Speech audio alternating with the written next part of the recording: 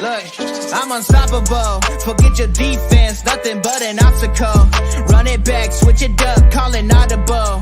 Serving up them Hail Marys till the game over with the showstopper. So hot, you gotta blow on it. I said I'll huff and I'll puff, then I'll pass to my left while I'm looking to my right. Hit him right in the chest. It be looking like magic. Better give me the throne. I ain't talking about Patrick, but I rep my home. I'm never at the end of my zone. I'm bad to the bone. Eating up these pig skins like they chicharrones. And you a douche cabron. Mira, mira at the mirror on the wall. I'm the greatest of them all. They gon' put me in the hall. Your name is only written in a bathroom stall. Quit your stalling and make a play. My drive too long. Pop the clutch, I don't pump the brakes.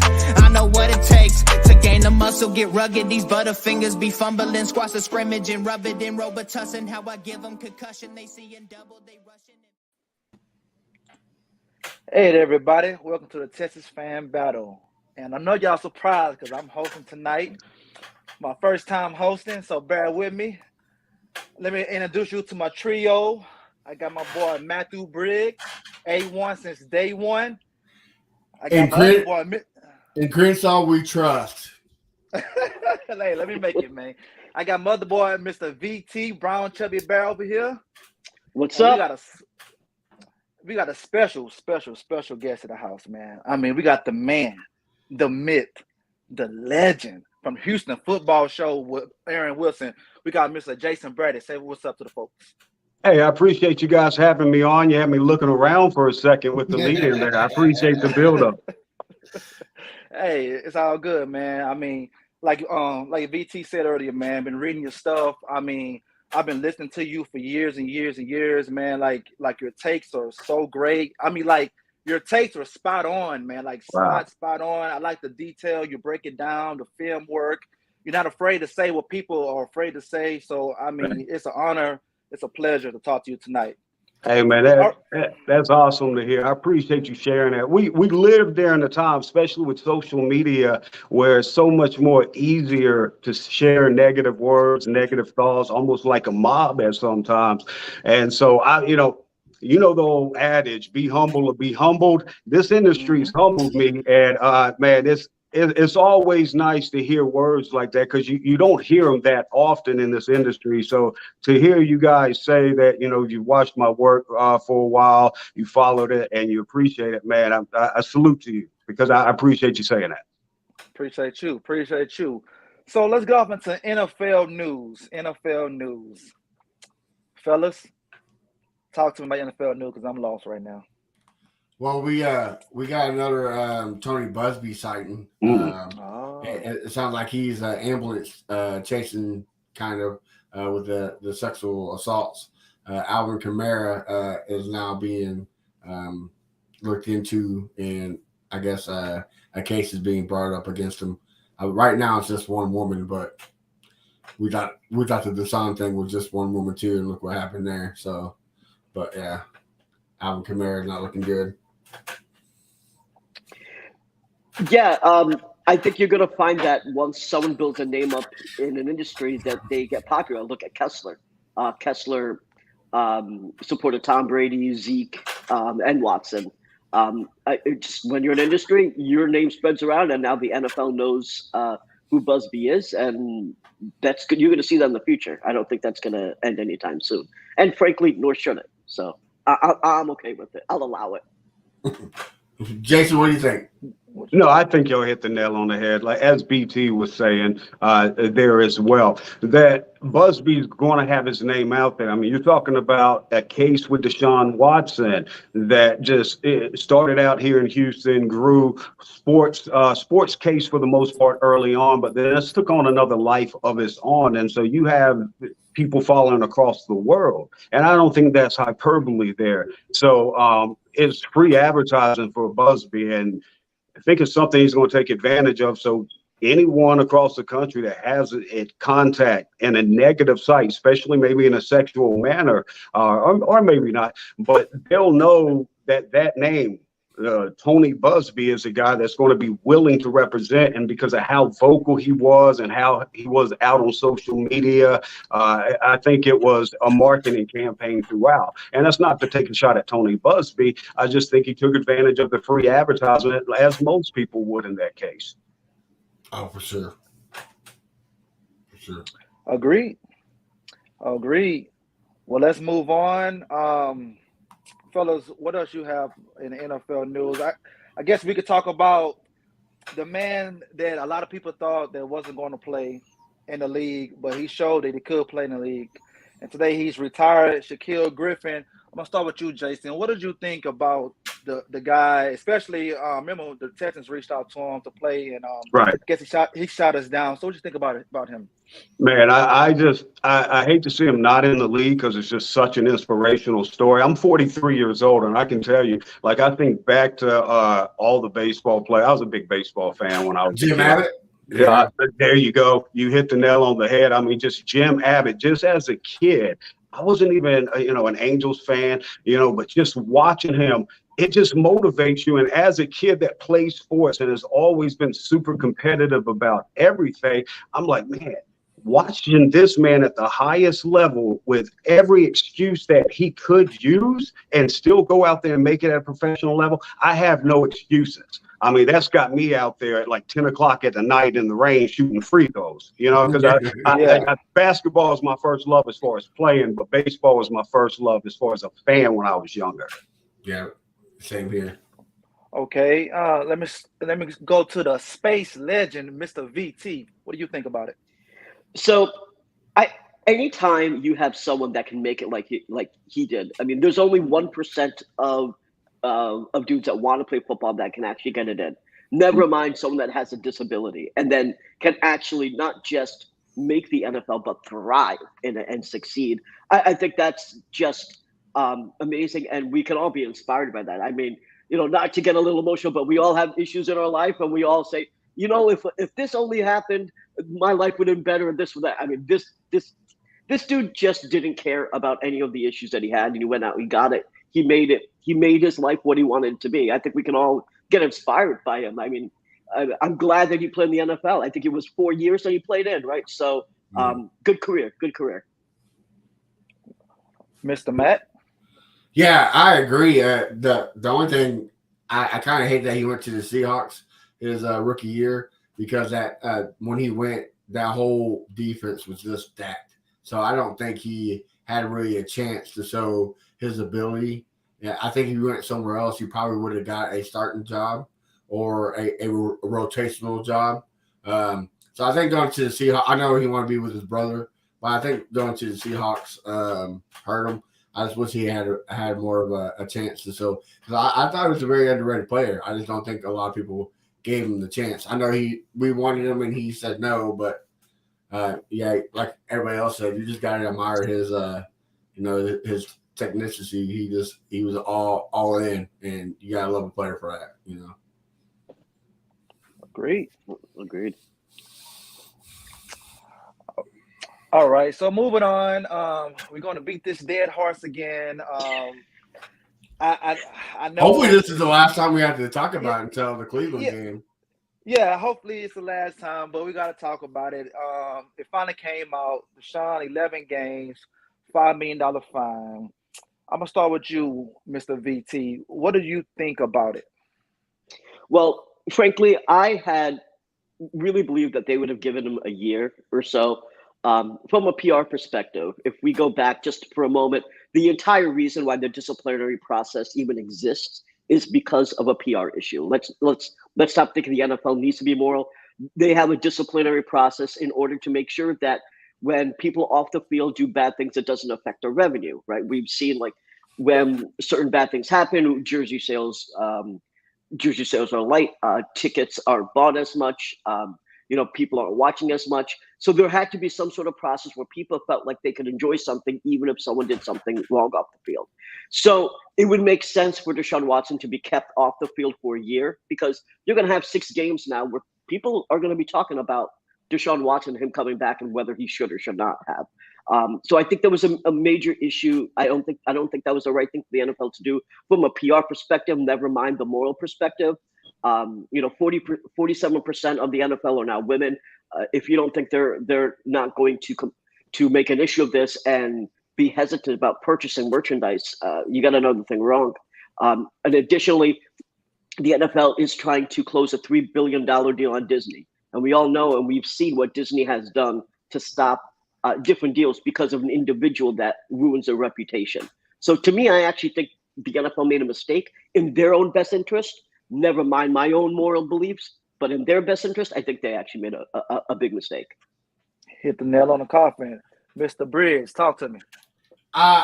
Yeah, I mean, at least it's more than 6 games, right? I mean, like, we all agree that it 6 games was this kind of a joke. I think they wanted a year suspension, and we all know Deshaun won 0 games in his camp. I think before they took it to, I forget that guy's name in New Jersey that they were going to give it to. Before they gave it to him, I think they were trying to come up with a conclusion because I don't think the NFL wanted 6 games or less than 6 games. So, why not? I know the exact was they wanted him to miss the Texans game because of everything that's happened. I get that. But Deshaun won 11 games and they just bit the bullet. That's what I'm thinking. I could be wrong, but that's what it sounds like. But yeah, I agree with B as well. I think they kind of shot themselves in the foot. But like I said, at least more than 6 games. I mean, when you get suspended for gambling and not even being on a team more than he does, there's a problem. So I'm just glad he got 11 games. Okay, Mr. Braddock. Hey, on this show we get spicy. So if you gotta cuss, if you gotta say something that might get you in trouble, it's okay. You safe over here, baby. We bring the flaming hot Cheetos every episode. Yes. So don't hold out. Talk to us. No, I got you. Now, the thing with the Deshaun case is, like, y'all kind of touched on it a little bit as far as and all the rumors that were out there was that the NFL, they would have liked a year, but I think their floor was 12 games because they didn't want that PR nightmare that you're talking about, Deshaun coming back to Houston. So probably the most curious aspect to me is the fact that they compromise to where he returns to the Houston game, not a couple games early, nothing, but specifically he returns. His first game back after this entire layoff is in Houston, which has to be what the NFL didn't want. So it makes me believe, and again, this is just speculation, but reading the tea leaves, it makes me believe that Deshaun pushed for wanting to be back in Houston. And the common sense decision was like, no, go ahead and wait that one out. Let's just go ahead and wait that one out. But my curiosity, if this did play out like that, is that we saw how Deshaun immediately after this came out, it's 11 games, him, his agent, his people, they quickly took the facade down and are like, hey, I didn't do anything wrong. I said that throughout and everything. And you saw how inauthentic he was being leading up to that. So I had an issue with that. And if Deshaun really wanted to return for this Houston game, I think that's a foolish decision. And I made the, analogy the other day that Deshaun's coming back here like the city of Houston did something wrong to him or the fan base did something wrong. No, that's not the other way around. 100%. The way the fans are going to respond, and then they know that you wanted to come back here, like you had a point to prove to Houston. I think that's not going to turn out the way Deshaun thinks, and it's going to turn out more to like the Shane Bell scene from Game of Thrones. I wouldn't be surprised if the whole stadium brings Shane Bells to that game. It's just like shame chants rain down. Why would you want that? I just think it's a bad decision for Deshaun and a bad decision for his people and his corners to allow him to make that decision. I hope the hatred of that game, not the hatred, but the energy that the fans have for that game, like you're talking about, I hope that goes to the players. I hope the Texans players realize, yeah, this man did the fans dirty. We got to do something for the fans. I don't think the players get that. This is a business for them. They have connections to people, and I'm not going to put words in the player's mouth, but just my general vibe is that, they don't touch that side of it. It's more of a professional. If they have relationships, that's his business. I don't know if he's lost friendships over this. I'm not going to speculate on that, but I don't think the players will have that emotional connection. I could be wrong. But I don't think they'll have that emotional connection to Deshaun's return, but the fans definitely will. Oh yeah. Yeah. So I read something that if he would have missed 12 games, they would have voided this year, correct? Oh, that's a good point. See, I didn't follow this closely. Once Deshaun got out, I'll be honest with you. This is one of those subjects that in media you got to tiptoe around, because anything you said could be misconstrued, whether you meant it that way or not. And you don't get too many strikes in this industry. If y'all followed my career like you say I have, I've had my 3 strikes. I'm just hoping the people of Houston call that last one a foul ball and let me stay in the game. You know what I mean? I didn't follow this one closely. I wasn't going to go out of my way to comment on this case. For me, I probably felt like how the team probably felt, that it was just, a big stress relief off the back that, all right, he's out of Houston. This isn't something that I have to cover daily anymore, because, people have personal investments in situations. And then this can take a whole nother life of its own. With the Deshaun Watson case, you could be talking strictly football, but it can get misconstrued like, oh, are you saying football's more important than, females? Females in America. And then obviously no one's saying that, but it's quickly a thin line that can get misconstrued. Oh, yeah. Yeah. I think it would help Cleveland out if he would have got that voted year, because they would have had him for an extra year. But I guess he wanted his money. See, I'm surprised. I'm still shocked that this trade happened. The contract fully guaranteed, the picks. I mean, this trade right here, like, just think of where you guys were with the Texans just a year and a half ago, mentally with the Texans. And people were comparing this, with the Jets at that time as one of, before Joe Douglas really started turning it around, as one of the laughing stocks of the NFL. And they've done a complete 180, but not only did they do that 180, they've set themselves up to go places they've never gone in this franchise's history. The Texans have never even won an AFC championship game, never even gone to a Super Bowl.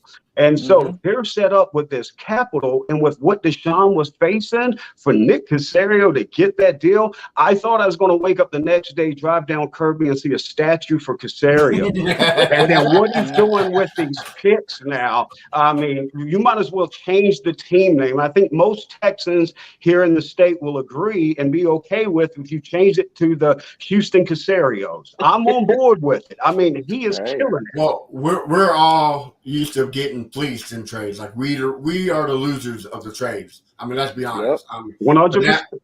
And that since Caserio came in, I mean, there's not really a trade that he's lost. It's either been a fair trade or, like, I mean, come on, let's call a spade a spade. He robbed the Cleveland Browns. Like, he went to the bank and just took whatever they had. I mean, I would like to play. Every fan would love players. I get that, but this is a bigger deal than I'm drawing the bank. The Herschel Walker trade. I mean, this is just it's fantastic. When you calculate in all the optics was surrounding Deshaun, everything that was out there, and the suspension, not knowing what was going to happen, the court cases weren't even final. And this deal went down $230 million, fully guaranteed. 2 firsts this year, 2 firsts that year. You get a first, you get a first. I mean, it was insane to pull that value on a depreciated product. And I mean, so yeah, I salute Nick Caserio for that, because I didn't think he would get a return anywhere close to that, especially with the contract the Browns gave him. And for me, go ahead, B. So for me, I'll tell you what I was the most surprised about. Not that the trade happened, because I actually predicted that the grand jury wasn't going to indict him. That was my prediction. My prediction was that he would have been traded. Because some team was going to grab him. The thing that surprised me was the fully guaranteed because of the situation. Now I could have understood the trade where, you know, a contract is more conditional based upon a lot of different things because there's so many things up in the air. I mean, of course, we know what happened with the 2 grand juries right now, but new information could pop up, another woman, and boom, there's another criminal case. I mean, this could literally be an ongoing thing for the rest of his career. So there's so much unknown that they fully guaranteed this is interesting. The one thing that I do find really interesting of note is that the Cleveland Browns have something that I don't think has ever been in another NFL contract before. So there have been disclosures in NFL contracts for years, right? If you do something but you don't disclose it and you are suspended, then you don't receive the funds for that contract year. What's interesting is that the Cleveland Browns contract only does that for years 2022 and 2023, but no years after that. So if he discloses something, if he does not disclose something that he is suspended for an extended period of time, they can only go after him the first 2 years of the contract and nothing else. So I found it quite interesting how Mulugeta was able to pull off parts of this contract with the fact that at that time, yes, his criminal cases were over, but he still had 22 civil cases at that point. And then obviously we know that it grew to, you know, more. But that's the thing that I was the most surprised about. Not the picks, frankly, but how much he got paid and guaranteed that payment. That was the most surprising to me. And plus, with 11 game suspension, we can look at a top 3, top 5 draft pick next year because of that trade. So we can have. I hope we don't have one because of us, but we can have 2 top 5 draft picks back to back. I mean, it's great. So love it. Okay, moving on to the next topic. All right, we got some sad news in the Texans world. Former first team president Jamie Roots died 2 days ago at the age of 56. Mental healthness. His wife, Miss Melissa, confirmed it on Facebook. Jason, what do you remember about Jamie? I didn't know Jamie well, so, you know, I've kind of stayed silent through this and just watched other people like John McClain's known the man for 20 years.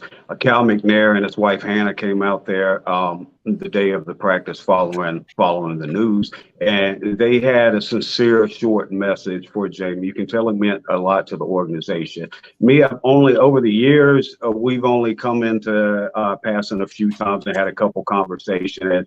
And if you know my background a little bit, I'm originally from South Carolina, and so I would joke with Bob McNair and Jamie Roots a little bit because Bob was from Mr. McNair, was from, you know, went to the Gamecocks, South Carolina Gamecocks, and Jamie Roots was a Clemson Tiger alum. So in passing, the only time we'd have short conversations just about Clemson, and the same thing with Bob McNair. Wasn't close with either one, so I wouldn't be comfortable sharing on the man. I've listened to the stories, I've listened to the praise for him, and it sounds like he was quite an individual. Yeah. Fellas, do you care to share anything? I mean, mental health is a real thing. I mean, if you struggle with that, please reach out. I mean, don't try to be a hero. It's a sad day for Texans, for anybody. My thoughts and prayers to the family. And like Jason said, I was young when he was president, so I wasn't young, but it was so far back. I don't remember a lot, but like he said, the stories that people were sharing. I know a lot of media, like Jason, who were close, like you said, John McClain. He told some great stories. It's a sad day. When somebody loses their life, it's never a good thing. Right. Yeah, I just want to add that obviously it's important if you are feeling a certain way to reach out to someone, but it's also important for everyone that reaches out to other people and just make sure that they're okay. So, especially if you haven't heard from someone in a while that you used to, give them a shout. a simple text message or a phone call or whatever it is. Sure. It's always good sometimes when you're going through something to hear from someone else. So Yeah, I just want to I think. Yeah, I think that's key. I think you bring up an excellent point there. A lot of times when you deal with mental health and you go through depression and you deal with this, people that's never dealt with it, it's hard for them to understand it. But you basically, I don't want to say you don't have control of your mind, but your mood's probably better stated, and that leads from how your mind's processing things. So it's not as something as simple as like, oh, just go do something fun you want to do, find joy, excitement. It's not that simple because you don't feel like doing that. Nothing brings you joy. Nothing brings you excitement. And you're in a dark place where you feel like you'll never get out of that. I think, I salute you, BT, because I think it's an excellent point when you say, let's flip the tables on that. People in that situation, we've seen it for decades, where they're not comfortable to reach out. And so the suicides continue to happen. If we continue to do the same thing over and over and expect change, it's the definition of insanity, right? So BT's right. We need to make change, and we need to be proactive and go out there and reach out to people. Hey, man, I haven't talked to this person in a while.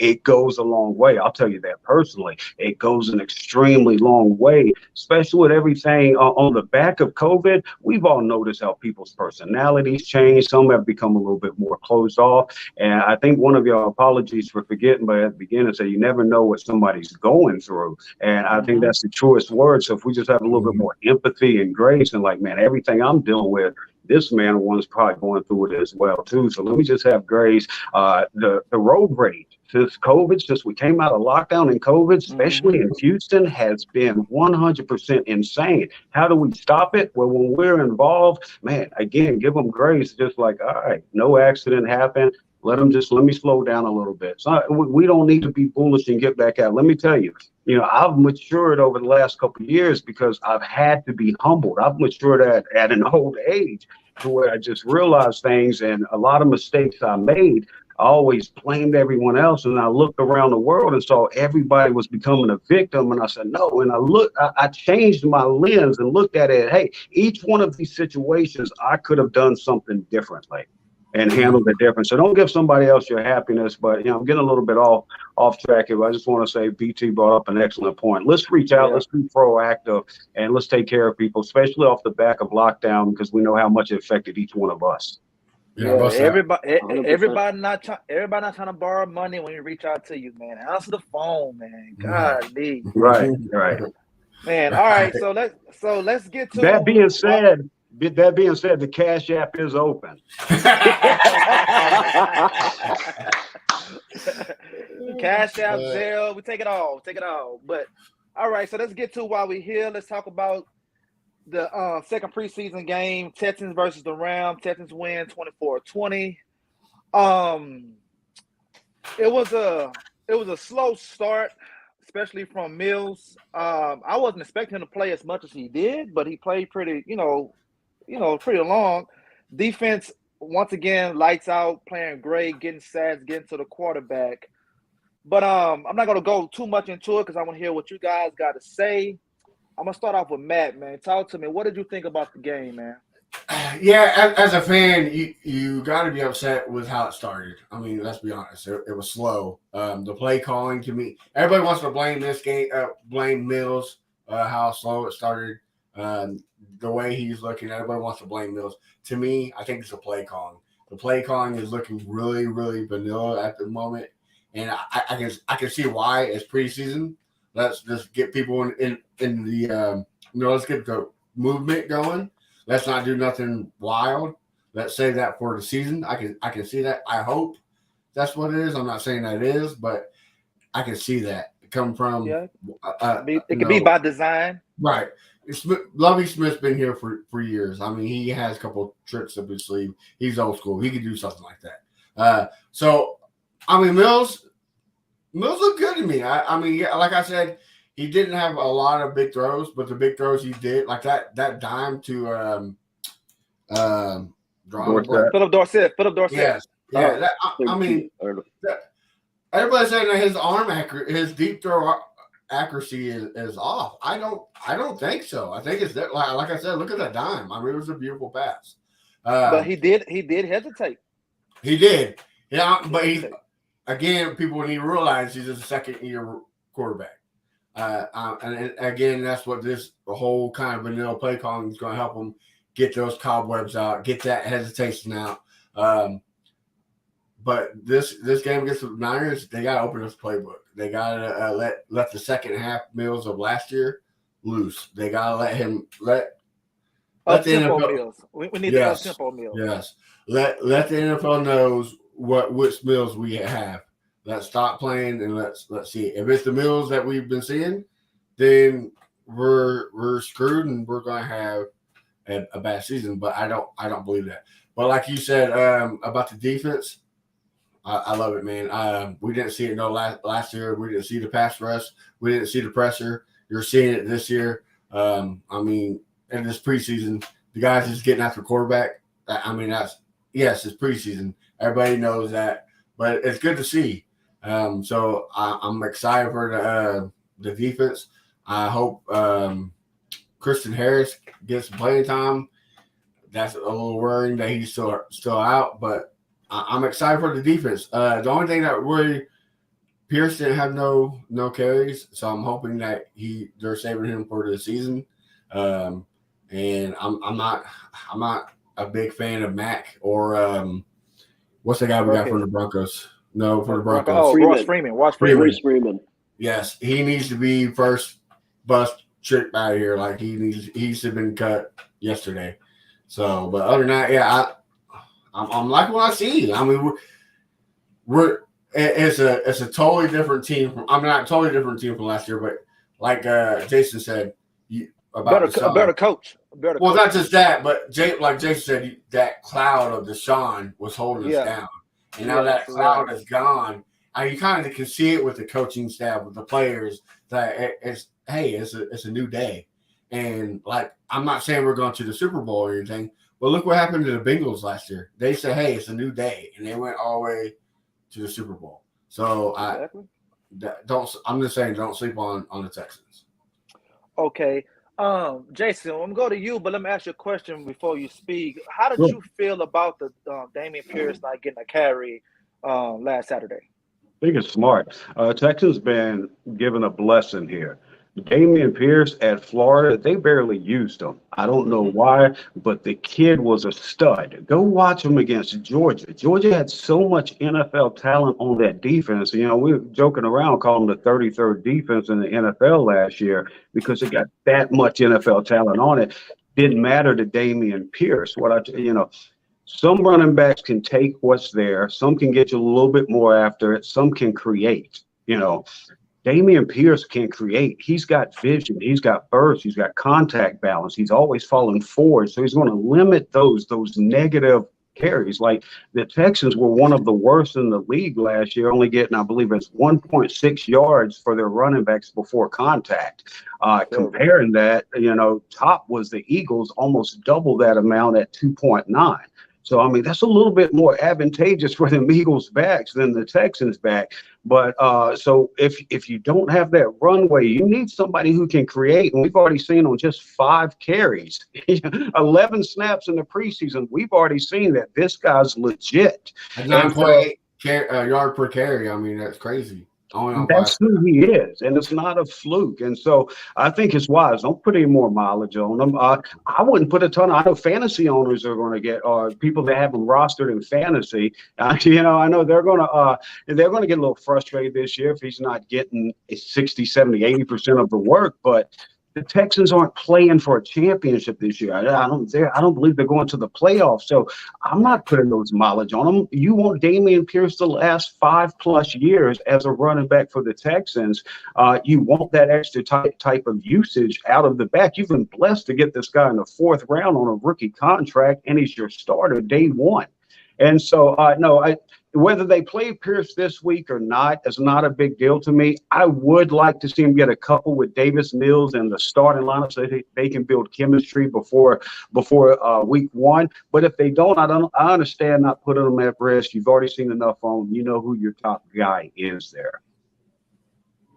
And talk about the game for us. Tell me what you've seen, the positives and the negatives. Yeah, Davis Mills, there's going to be a lot of, eyes on Davis Mills, and we're going to be hyper critique of Davis Mills because it's the preseason. We're always in the presence. The beauty of the NFL is also a curse to us that are passionate about it because you live and die every day. Well, in the NBA, every other couple of days, you get new fresh games and news and everything. And Major League Baseball, almost every day, you get new games, new meat. Well, in the NFL, what you see, you have to chew on that bone for a week and survive on it. So a lot of times we'll overanalyze it. I don't think we'll see Pep be more than vanilla this week. That's purpose that they're going to be vanilla. Let me ask you guys this quick on the spot. Does anybody remember the Texans record from the regular season last year? 4-13. Oh, Yes. yeah. Okay, great. Does anybody remember the Texans preseason record from last year? 3-0. 3-0, Wow. wasn't it? Okay. Y'all remember. All right. So if it wasn't undefeated, then probably was. But the point being, as we go back, what happens in the preseason does not matter. You want to come out healthy, you want to get reps, and you want chemistry, and you don't want anybody else to know what you're going to be. Pep has shown stuff in practice. But as the media, part of that agreement is you can't talk about stuff they show in practice, right? But I will tell you this. They're being super vanilla. They were Philip Dorsett was asked, I believe, yesterday or the day before, how vanilla have y'all been in the preseason? I'm paraphrasing here. And he went on to say, he paused for a second because they're being cautious. They don't want to let you know anything. But let's go back to what we know about Pep Hamilton and his offense with Andrew Luck. What we know about his offense with Justin Herbert. Everyone remembers the West Coast offense and how he's got a big staple of the West Coast offense, but he also talked about in the past how he has Don Coryell principles, vertical attacks, not just, going across the field, high strike, high percentage throws. Then when he came in with Luck at that time, back in 2012, I think it was, with Luck in Indianapolis, what was the craze at the time? RG3, Russell Wilson, I believe, Colin Kaepernick, RPOs, pistol offense. He has that experience in his bag, and he used it with Andrew Luck, who is probably, him and Davis Mills, neither one's going to get confused for a track star, but they have moved the chain athleticism. And so I think it's going to be a much more diverse and planned out attack for Pep Hamilton and the offense. And I think with Davis Mills, there's some areas of concern all through camp and all through last year until you get to that Charger games. Throws of 30-plus yards, they're short and back inside.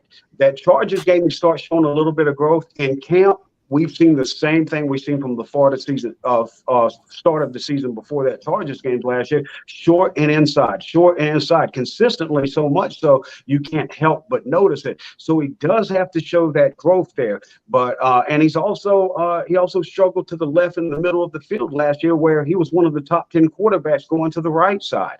He was better in shotgun, I believe it was, than under center. But you bring up a great point when you talk about we have to remember how inexperienced this guy is. He had 11 starts in college. How few starts is that? He's had as many starts as an NFL quarterback as he did in college. 11 in the NFL last year as a rookie and 11 in all of college. I think Mac Jones had 3 times those starts. So it kind of shows you the inexperience that you're working with there. And also last year, we can't forget the lack of weapons. Well, this year they do have better weapons. Nico year 2, Brevin year 2. But what did we see this last preseason game? Starting left tackles out, starting left guards not playing, starting centers not playing, number 1 wide receivers not playing, number 1 tight ends not playing, and the number 1 running back. You're talking about 6 out of 11 starters there that's not in there with Davis. So I can understand that he became a little bit dependent on Nico, and too much so staring down passes in that game, being hesitant, going down on that tight window throw to the right side. I don't think Mills has looked great this season, but I don't think he's repped that. You get 17 days from the last preseason game to the start of the season to really build that chemistry behind the scenes there, really unlock that playbook. And I think we see a different team week 1, and I think it could catch people by surprise. And I think that's why they're kind of being vanilla with the play call too. Like you said, building that chemistry. Nico and Dave and Davis is building that chemistry. So I completely agree with that. That's a great comment. I just want to say I just want to say, by surprise, do you mean you could shock the world? Because Mills obviously said that that's what he thinks the Texans could do, and I think we actually can in some aspects. But talking about the game itself, I actually was not mad at all that Dameon Pierce did not play. Right. I thought that was a smart decision. Bubble wrap him up. We know what he's like. They've obviously seen him in training camp, practice, etc. They know what they got in him. Sure. Their issue now is who else is going to make up that running back room. The only one that makes any sense is Dare. Mac so far hasn't shown a ton. I think he deserves to be there somewhat. Rex doesn't. Royce Freeman doesn't. I mean, those two. Frankly, I don't see any reason why they take snaps at all. But I can understand why you want to bubble wrap Dameon Pierce. He's literally the only running back that can actually get significant yardage that's on this team. Protect him at all costs. About the play calling, not only do I agree with you, but I have to applaud you for splitting it like you did, because there's a lot of fans that basically aren't happy with what they saw the last two preseason games, right? So, we only saw three passes from him in the Saints game. We saw 3 times as much as that, a little more than that in this game. But, the first 5 drives were essentially not fruitful at all. They didn't go anywhere. But, that 32-yard touchdown to Philip Dorsett, that 18-yard jump ball to Nico Collins in the end zone. I mean, he had some flashes there.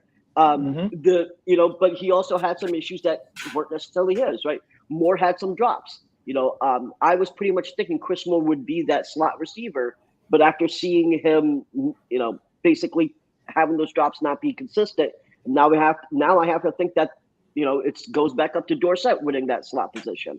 So the offense itself didn't impress me much, but the defense definitely did. We had 5 sacks in the Saints game, 6 sacks in the Rams game. The pressure is being put. Now, obviously, I understand these aren't ones, but the fact that we are putting up that type of pressure is significant. Lovie Smith is blitzing. We're putting up that pressure. The weakest position group going into this season, I thought, was a D-line. And even if that may be true, I will say that it's definitely not as bad as what I was thinking it was going to be. So the 49ers game, what I'm going to be interested in seeing is if Dameon Pierce plays, we're going to see with Kenyon Green out there. So Kenyon Green may be able to open up some lanes for him. I want to see Hughes out there. I want to see Hughes and Gennard out there. That's who I'd like to see. I don't believe we're going to see Christian Harris because of his soft tissue injury. So I think we're not going to see him. I think we're going to see a little Stingley. So I'm happy to see Stingley. Then obviously Petrie. So and we should see some Thomas Booker as well. So we're going to see some decent rookie play. I don't think the play calling is going to be that fantastic in this game either. I think that Mills will come off having a better performance probably of all 3. But it's not going to blow anyone away, and nor should it. We're waiting for regular season. It's fans are antsy. We want to see if this is our franchise quarterback. You're going to have to give it some time. And that's really what the bottom line is. Before we move on, I kind of got a question for you, Jason, real quick. I know a lot of fans are not happy about Derek Stingley's first couple drives. They said that he got burnt and got beat. I'm not going to say he didn't. He did. But is it a concern? Because I don't think so. I just think it's him having to learn that this zone defense. What do you think? Yeah, no, I have zero issue with Derek Stingley. When you watch him up close, like right in front of you, and I mean, I studied all the guys coming out in the draft, but man, it's just a different perspective when you see the guy standing a couple feet away from you, moving. Like, guys don't typically have that type of muscle mass and size and length and move the way he does with quickness and speed. And so you watch him play, and the only concern I have is you hope this guy stays healthy. If he stays healthy, he can be a shutdown corner. He can be a legit shutdown corner. And I mean, that's exciting. I mean, there's so few of those guys that are in the NFL. And if you can actually get a guy who has that potential as a rookie, yeah, there's going to be bumps along the way. Outside of the injury concern, my only other thing I've seen at camp that I'm concerned, I know he had 6 interceptions as a rookie, but Seen him at times drop interceptions that he should have. He's in position. He needs to finish, though, because this defense is going to be built on turnovers. They might not be a top 10 run D, top 10 pass D, but I think they're going to be one of the best in turnovers, defensive touchdowns. They're active. They've got a lot of energy, and they're deep. They're really deep on that defensive side of the ball. And so my only concern is when I'm watching him, can he catch the ball naturally, not fight it, let it come to it, pluck it, because he's going to have plenty of opportunity. The talent's legit. Great to hear. I love hearing that. Yeah. So it's a thing on this show we like to do, Mr. Jason, hot takes. Give me a hot take for the game tomorrow, and give me a hot take for the season. It could be anything, like, Mills throws for 3 touchdowns in the first quarter. On the season wise, it could be Mills MVP. Or your hottest take, what do you think?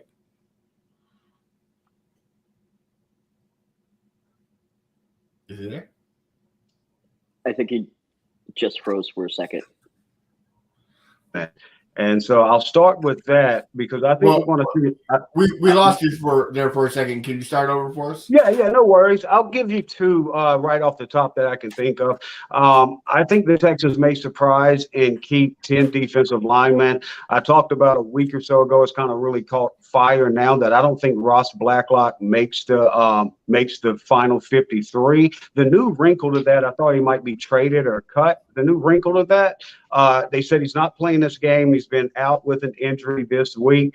I could see them placing him on IR. If he's down now, you've got extra depth there at that D tackle because I think they only keep 4 true D tackles and keep 6 defensive ends. I know that sounds like a lot, but in essence, they really have 6 D ends and 6 D tackles by keeping Rasheem Green and Damone Harris. Damone Harris is a name you need to know. He can play 3 different positions on that D line. He helps out on special teams.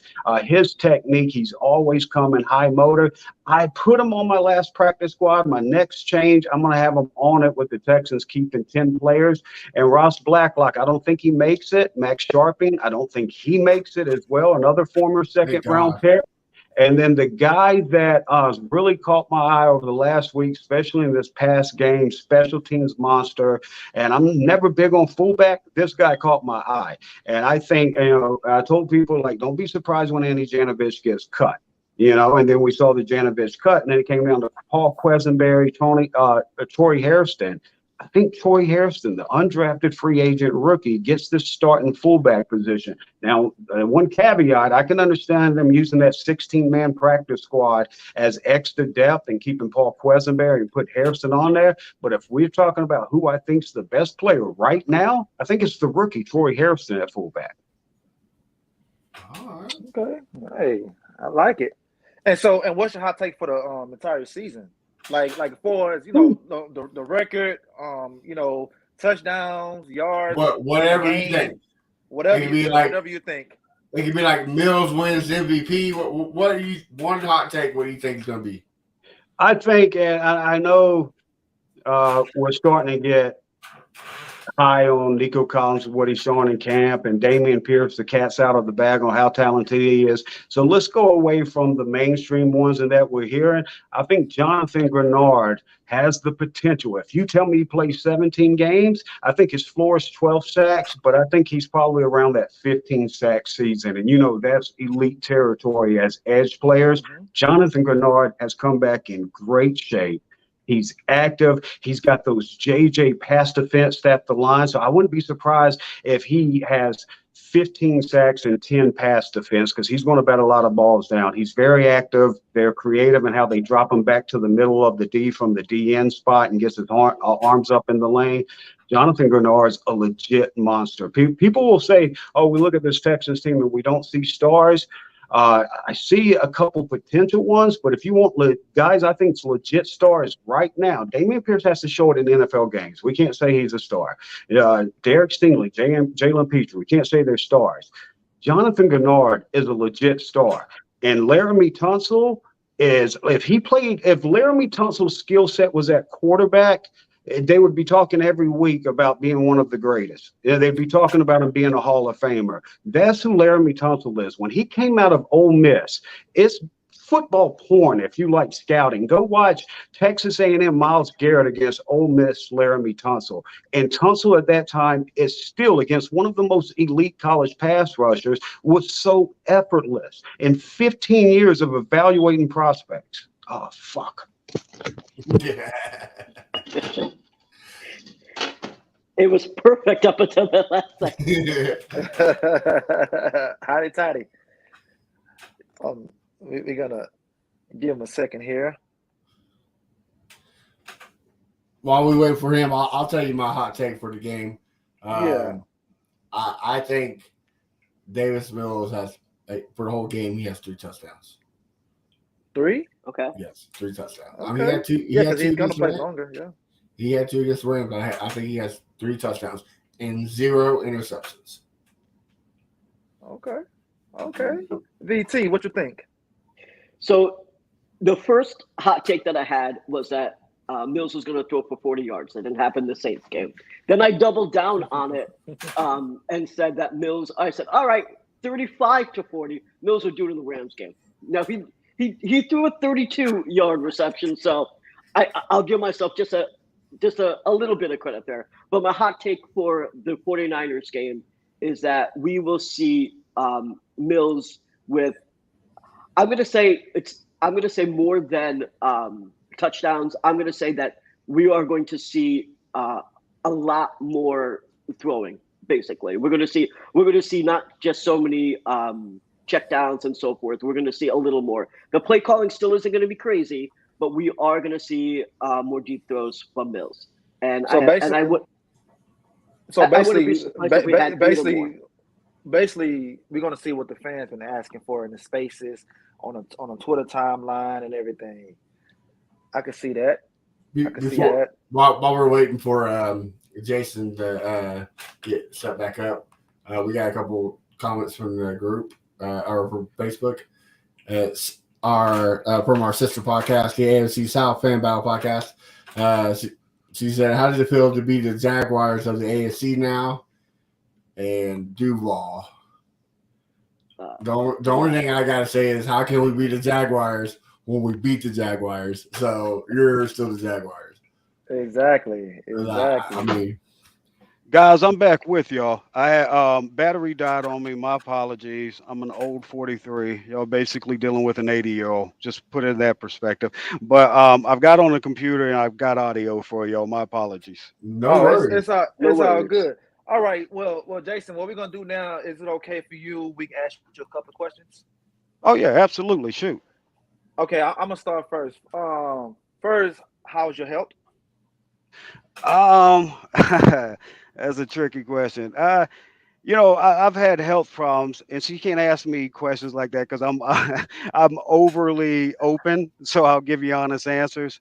But no, I've dealt with health problems for the last 10 years. But I'm happy because I finally got a diagnosis this year, know what it is, and everything else like that. So just knowing a lot of times, especially when you go a decade with this pain in your body through your head to toe, all throughout your body, and I'll go ahead and share it with you guys because maybe there's somebody out there that's dealing with it, needs to know. I've gone to neurologists, I've gone to every type of doctor, I've had surgeries, everything for about the past 10 years. Finally found out earlier this year that it was fibromyalgia, and I know a lot of fibromyalgia struggles. There's this. It's almost taboo because there's some people that say, oh, it's just in your mind, it's not there and everything. So if it helps anybody out there, it's worth me sharing this. It's not in your mind. It's painful. People are going to see you. You're going to look normal to you. They're not going to understand the mood changes. They're not going to understand the pain you're in 24 hours a day. And there's no cure for it. But it's different for every single person. I have extreme light sensitivity. I get migraines a lot of time, but I've been dealing with it for 10 years. So, I mean, I'm actually relieved now finally knowing what it is. And sorry to take down the vibe, but like I said, man, if I'm ever in a spot, if I'm ever in a spot that I think somebody else can benefit from it, I would have loved to hear 10 years ago, hey, check out fibromyalgia. This could explain a lot of stuff because I mean I thought I was crazy for a while because I couldn't get that diagnosis. So if you're out there dealing with stuff, light sensitivity, and it affects everybody differently. If you've got pain in your body from head to toe, you're always tired, you're always sleepy. There's a ton of symptoms. But if you're dealing with something and haven't been able to get it diagnosed, the only way they can diagnose fibromyalgia is rule out every single thing else. So it took me 10 years. Start there if you're dealing with something. I hope it benefits somebody tonight. Yeah, most Okay, definitely. Thank you. and yeah, thanks for sharing that. And like I said, I asked because, like I say, I listened to you a lot, so and I know you was away for a while. Yeah, I One appreciate more, that. yes, sir. One more question. Hypothetically, we say Mills doesn't have the season that you would like. Would you take a flyer on Tyler Huntley? You know what, Tyler Huntley, there's two Ravens because you asked that question. I want to talk about two Ravens. Um, Okay. Tyler Huntley has looked every bit the stud, and then I didn't want to put an opinion out there because it kind of blew up this past game when I didn't realize his stats. He had only thrown like what, three incompletions all of preseason, like Hmm. 29 of Yep. 32 or something insane. So I didn't want to put it out there and kind of piggyback it, but he had looked good.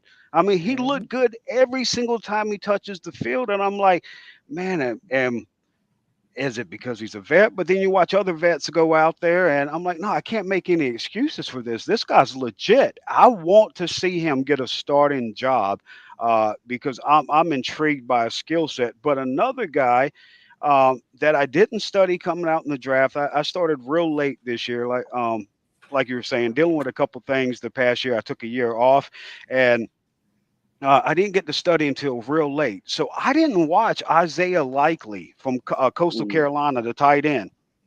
Let me tell you, if the Ravens draft a tight end, do whatever you can to secure him in a dynasty league in fantasy because they know what they're doing with tight ends. They always get studs, and rarely do I take away a lot from the preseason that changes my opinion on a guy or makes me have a strong opinion on a guy. Well, I didn't have an opinion on Isaiah Likely, but every time I watch him in the preseason, that guy's legit. He has stud, star, whatever you want to label him, written all over him. I want every bit of stock I can have in Isaiah Likely. But to your point, yes, I think Tyler Huntley's legit as well, and he deserves a starting shot. Okay. Okay. I agree with that.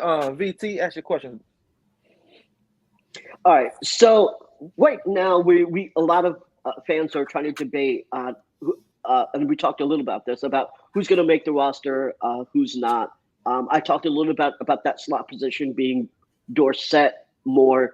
Do you feel like there is going to be a couple shocks in terms of whether that's a tight end position, receiver position that we either pick up on the waiver wire, free agency, or however? I mean, where do you feel like we'll be the most surprised Yeah, I think from a the big biggest game? needs, yeah, absolutely. I think the biggest needs right now are all on that offensive side, left guard, because Mhm. Kenyon Green, he's not starting with the ones this, tomorrow night because he's missed so much time. They said he had a concussion. He was also struggling with his condition when he first came out there. So he's only been out there a handful of days. So Kenyon Green, I mean, yes, you got 17 days after this game tomorrow to get him ready. Hopefully, there's an outside shot they can get him ready in practice. But right now, you're looking at Max Sharpen, Justin McCray, and Scott Quesenberries as the guys that have been competing throughout camp. And Sharpen just showed that he's not that dude. So Justin Mhm. McCray is going to be the next guy to get his shot tomorrow night. And then McCray can play left guard, center, right guard. Scott Quesenberry can play left guard, center, right guard. Max Sharpen's mostly left guard, right guard type dude. So and you save 2.5 million by cutting Max Sharpen and cap savings. And you're like, well, you don't really need that for this year. You got to remember cap savings roll over to that next year, where the Texans are Hmm. like, I think second or at least top five in cap money available next year. So there's big plans also with the draft picks as well. I'd probably say the cuts that will probably surprise people. This guy, just because of the production in the preseason, Derek Rivers. I don't think Derek Rivers makes the team, and I think they Oh, keep wow. 10. I think they keep 10 defensive linemen, as I was mentioning earlier. But Damone Harris is, I don't think he's safe. I'd like to see them slot him to the practice squad. I don't think he's safe if you put him on the practice squad. And Damone Harris and Rasheem Green being able to play D tackle and D end, being able to give you reps at both, in essence, by keeping those two guys with 4 D ends in front of them and 4 D tackles in front of them, in essence, it gives you 6 D ends and 6 D tackles, which is insane depth. The other position, they've got so much talent at linebacker. Then they have the 2 young guys in Christian Harris and Garrett Wallow. Harris he's not going to play. He hasn't done anything in camp. He's been injured throughout it. Garrett Wallow still coming back from injury. But those 2 guys, they've been raving about Garrett Wallow before the injury. Christian Harris, they absolutely love. Then you've got the starters, Kevin Pierre-Louis, Christian Kirksey, and Kamu Grugier here. So those 5 right there, that leaves you 3 other guys. And Jalen Reeves-Maven, Neville Hewitt, and then also Brian Cashman. They traded a 6th-round pick. Who's having a great preseason, right? 100%. So you could see two of those guys get cut, and you're still at 7 linebackers. You know what I mean? Are you going to keep 7 linebackers? I think they do, because you've got so much talent there at that position. Hopefully they're able to reach out to somebody, trade one for a 7th-round pick. We just saw the Raiders claim Tay Davis from that linebacker position after he got cut. That tells you the insane depth. And Tay Davis was behind Jake Hansen. He was behind Jalen Reeves-Maven, Neville Hewitt, and Blake Cashman. So that kind of tells you the depth they have there. If you're just talking surprise cuts, I don't know if it's a surprise anymore. Ross Blacklock, unless he goes on IR, that could be a surprise cut or a trade. Max Sharping could surprise people as well. I think he gets cut. Derek Rivers, I mentioned.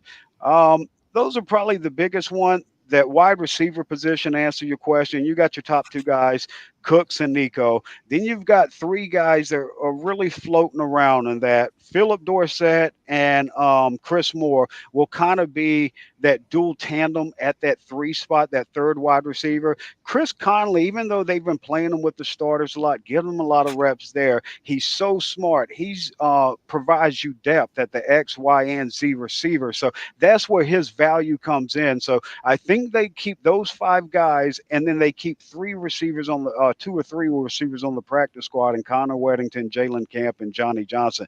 But you asked about them going out and claiming somebody. Absolutely think they could claim somebody that could come in and be as high as that number 3 wide receiver. Okay. Or trade as well. Okay. Mr. Briggs. You've seen it. We all seen it. The rankings came out after the season ended that we're ranked 32. Now the preseason is coming around. We're slowly moving. I think the last one I saw we're like at 28. Jason, do you believe we are the worst team in the NFL? No, but I mean, when you talk national media, and you guys cover Third Coast sports, I mean, anything on the Third Coast that's not the Dallas Cowboys doesn't get national attention, or there's that trickle down effect that they pick up on it like a week late, a month late, or in James Harden's case, about 5 years late. Yeah, I mean, now he's out of Houston. We can talk about how great he was. Like StatMuse just realized James Harden's career in Houston was pretty spectacular, and how great Hakeem Olajuwon was. I mean, like every other day is just StatMuse putting out James Harden and Hakeem Olajuwon stats, and I'm like, yeah, this is what Houston's been trying to tell you for years, that Hakeem's the greatest center of all time. Come at me, I'm okay with it. He's the greatest center of all time. I would die on that hill. 100%. 100%. I have no issue defending that point.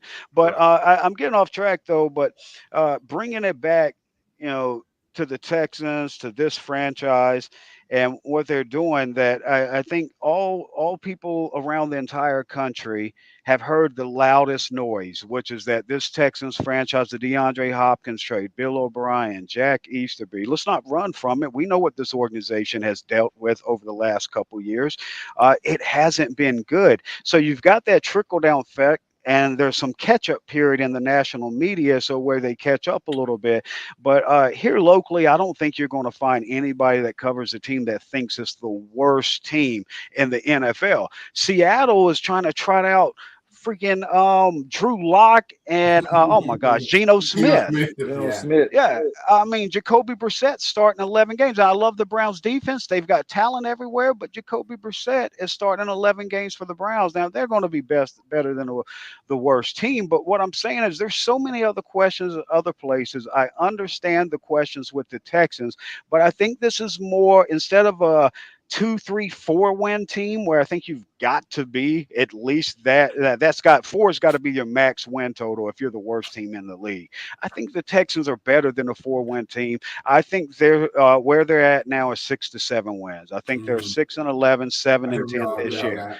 But Yeah. the Yep. excitement is in what's available in the salary cap in 2023 and 2024, top five, both of those years, and the draft picks. The draft picks are insane. And they're said you've got a quarterback on a rookie salary. So if Davis Mills turns out to be the truth this year, that's when teams always build Super Bowl rosters. If you're asking me about this year, 6 to 7 wins. If you ask me about 2024, I'm okay with going on a bold prediction. You said a hot take a little while ago and say that I think the Texans are winning their first AFC championship game in 2024, at least in that conversation, and Love it. Love it. have a chance to play in their first Super Bowl. The cards are laid out. And I said this when Jeff Luna was here with the Astros, that when you have somebody that sees the talent and have a talent evaluator in your building that sees the talent and what's to come, unlike other talent evaluators around your league, your window never closes.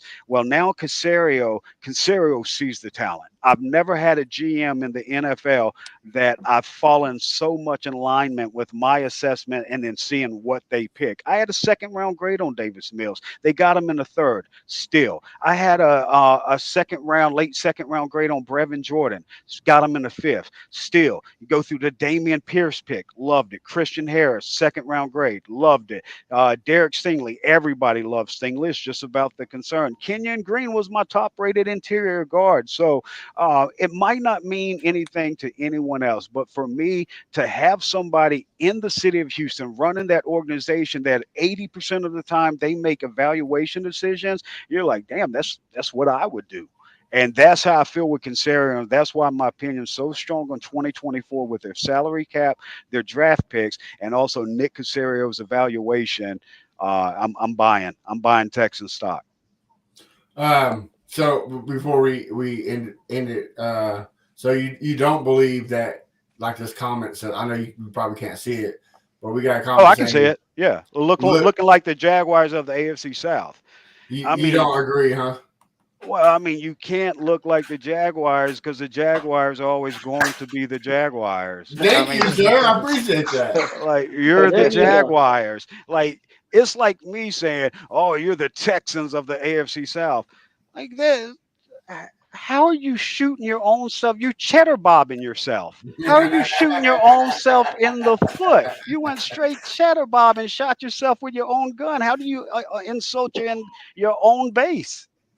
Right. That's true. That's a good point. Oh. All right. So, man, that was a good show. So, Jason, can you tell the folks where they can find your great material at? Yeah, I do fantasy stuff still for Dr. Roto. I've done I'll pop on Sirius XM Fantasy Channel from time to time. Check out drroto.com. That's my guy. I did my first podcast ever 11 years ago, 2011, with Dr. Roto called Fantasy to Reality. He drugged me into the fantasy sports business at that time. I'd give him X's and O. He'd spin it to fantasy. That's my dude. He kicked off drroto.com last year. I do a cornerback versus wide receiver article to pinpoint matchups on Thursdays during the year for DFS.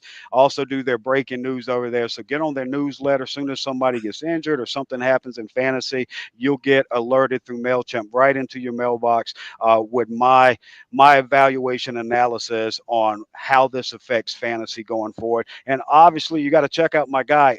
We've got the new Houston Football Show, Season 1. We just finished Episode 5 last night. It's the Houston Football Show with Aaron Wilson and myself. I'm sure y'all know Aaron Wilson.